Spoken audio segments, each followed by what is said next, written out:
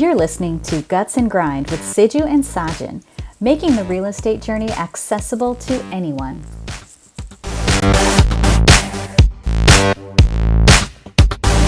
Hi friends, welcome back to Guts and Grind. You're watching episode 29. I'm Sajan Abraham. I'm here with Siju Koshi. Today, we're going to be talking about finding a lender. In the process of buying your house, sometimes it's more romantic to go think about the house and look at the house and look at the property and how many bedrooms and blah, blah, blah, blah, blah. And that's all good, right? That's all fun and dandy.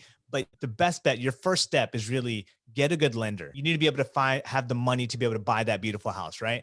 And so that's what we're going to be talking about today. So kicking it off, you need to shop around for a lender. And the way to shop around, there's many different ways, but what I like to do is just have recommendations from family and friends. You know, people that have purchased homes, and you'll hear horror stories and you'll hear like great stories about lenders and, you know, realtors and everything, right? And so what better way to reach out to people than to talk to your friends and family that have purchased and get their opinions on the lenders that they've used, right? So that's my first way of going. I want to know from people that I know that I trust and they won't want me to have a bad experience, right? And so that's my first recommendation. The second recommendation is also good, is to talk to your realtor. If your realtor is in this industry and they are in investing, they should have connections to lenders that are out there. And so I would highly recommend talking to your realtor and just kind of feeling it out and, you know, really talk to a few lenders, whether it's between your family and friends recommendations, your realtor recommendations.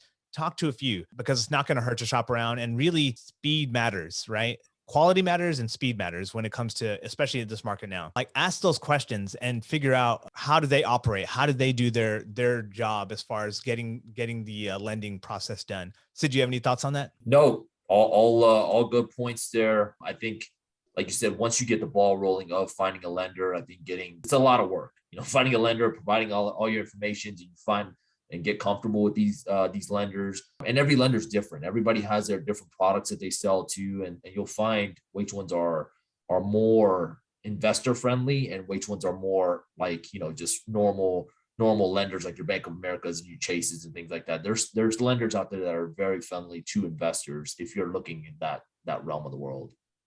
Right. And I'm glad you brought that up as far as the different types and also the paperwork that's involved. So with Siju and I, like we do multiple properties, right? And so to provide that, and you're going to provide the paperwork all the time, right? But it makes it easier when you know the person that you're working with and they know your rhythms. And so that way you could quickly process the paperwork that they need.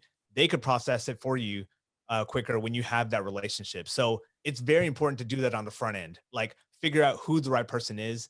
And then once you find that person, move forward that way. Third option, as far as finding a lender, is a Google search. If you're in a bind, you Google it, right? I mean, like, I guess that's all you could really do.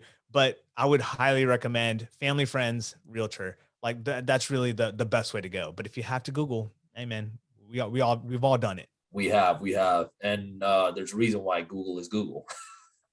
Yeah. But going back to the actually just lending process, the first one's going to be it's a very educational process. I mean, you're going to learn so much. There's so much terminology. What's a point, you know, as far as interest goes, you know, what are some of the appraisal costs? What is appraisals? I mean, there's so much things that you have to actually learn, and it's going to be up to you to, again, just going to rely on those family recommendations on what are, or not family, but or friends, or, you know, what's a good lead or lender that will explain all this stuff to you, because that first go around is going to be super educational for you guys. You're going to have to learn a lot of, hey, what are some of the costs associated with this? And if you already own your primary home, you probably already have a little bit of that, but, you know, there's going to be a lot that where, you know, if it's that's where I went back to, if it's an investor friendly lender, they'll be very open to explain all this stuff to you. And like Saj said, once they know your rhythm and what you're involved in and what type of properties you're buying, they already know what you're expecting. So if you need a pre-qualification letter, they already have it on a whim, ready to go. Right.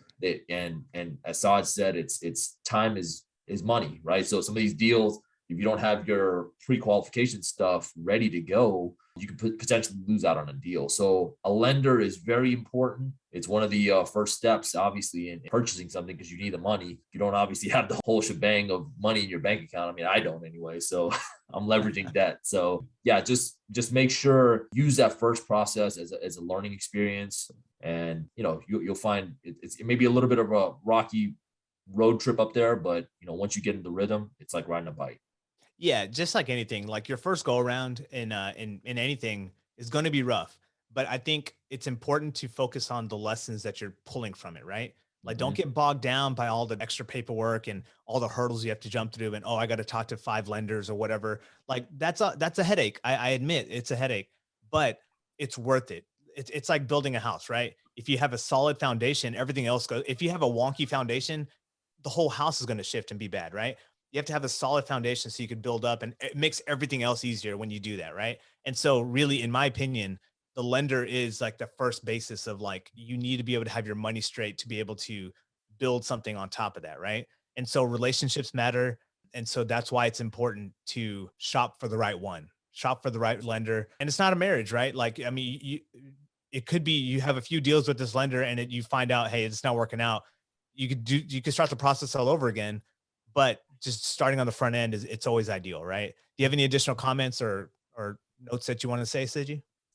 No, I mean, like I said, it's that's a great point too. You don't have to stick with any lender by any means. You have the freedom to go to anywhere you want to go. I did find out that a lot of the big banks that you deal with, the banks, Bank of America's, Chases, things like that, they may not be as competitive as your smaller lenders. So always keep an eye out for your smaller lenders like your community banks and your credit unions. They're actually a very good resource if you guys have accounts through them and things like that. But yeah, I mean, rely on your relationships. You're going to build a relationship with this, even with your lender, and you'll get to know them and they'll get to know your finances really well. Right. Right. Awesome. Well, to wrap it up, just so we could talk about it, shop around for lenders, reach out to your community, your network to figure out who might be the best one and just start talking to people. And then also the second point, make sure you're pulling out all the information you need and like don't get bogged down by the jargon that might be happening around, but just learn from it. Like soak up as much as you can in this first time, because if you're going to do this over and over again, it's important that you learn as much as you can on the first go around. So yeah, just to wrap it up, thanks for watching. We appreciate you clicking subscribe if you haven't already. Please leave comments and notes in the forums that you're watching this on. We'd love to hear from you. And yeah, that's it. See you on the next one. Take care. Thanks for listening to Guts and Grind with Siju and Sajan. Be sure to tune in next time.